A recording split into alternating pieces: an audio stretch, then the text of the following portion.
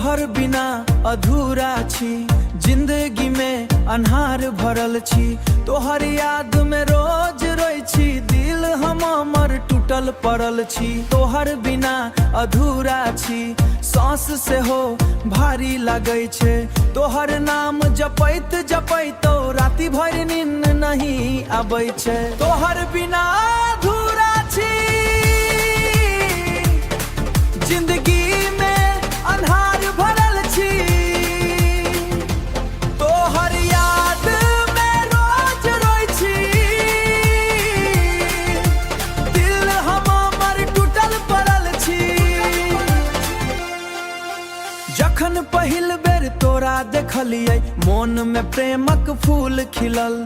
तोहर मुस्की तोहर बात दिलक हर कोना में बसल।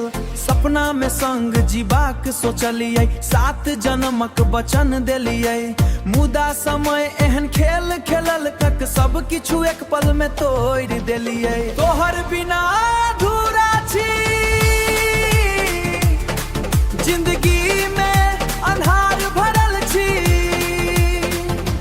तोहर याद में रोज रोई छी, दिल हमर टूटल पड़ल छी।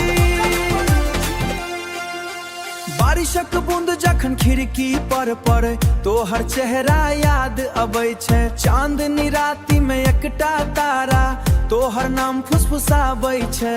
कतेक कोशिश कै भूल जाऊं, मुदा मोन मानै नहीं। तोहर प्रेमक चोट एहन छै, जे भरे के नाम लै नहीं। यदि फेर कखनो भेंट हो, एक बेर मुस्की दी हो।